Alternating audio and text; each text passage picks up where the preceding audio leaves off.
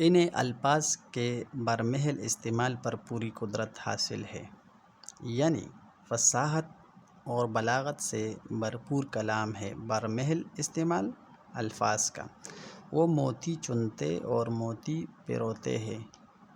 الفاظ کو موتی بطور استعارہ کہا ہے، یعنی الفاظ چنتے ہیں اور الفاظ کا استعمال جانتے ہیں۔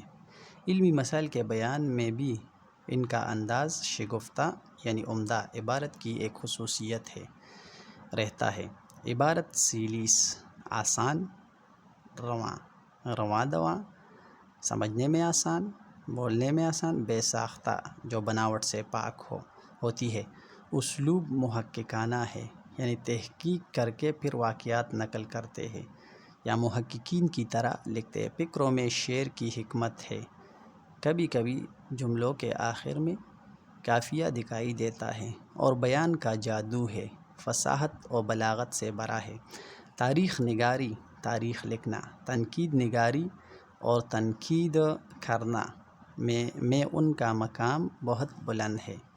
شبلی کی نمایاں تصانیف یہ ہے۔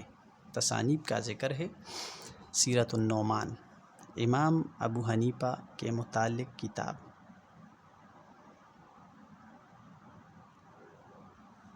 الفاروق، عمر فاروق رضی اللہ تعالیٰ عنہ کے متعلق کتاب، المامون، مامون الرشید بادشاہ کے متعلق ایک کتاب، سوانح مولانا، سوانح مولانا روم، مولانا روم ایک مشہور عالم اور صوفی گزرے ہیں، ان کے متعلق ایک کتاب، الغزالی، مشہور عالم اور صوفی، ان کے متعلق ایک کتاب، اورنگزیب عالمگیر پر ایک نظر، ایک مضمون لکھا ہے، مشہور مغلیہ سلطنت کے بادشاہ اورنگزیب عالمگیر پر،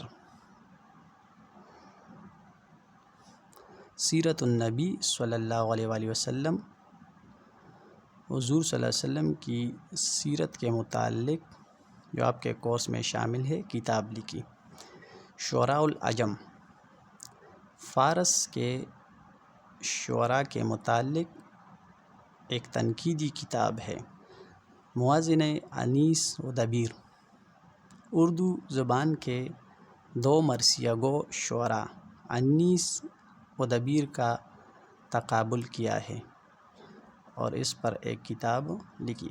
ان کا سب سے بڑا علمی کارنامہ سیرت النبی صلی اللہ علیہ وآلہ وسلم ہے، جس کی انہوں نے ابھی 2 ہی جلدیں لکھی تھی، یعنی آخری زمانہ تھا ان کا زندگی کا کہ موت نے قلم ہاتھ سے چھین لیا۔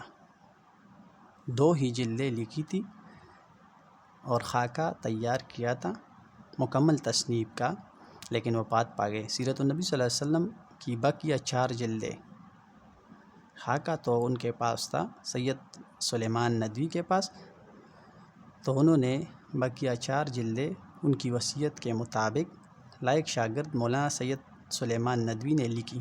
شبلی نے 1914 میں اپنے ہی شہر میں وفات پائی۔ یہ تھا تعارف، اور تعارف کے ساتھ وہ نکات جو تعارف کے اندر تھے ہم بیان کر چکے ہیں۔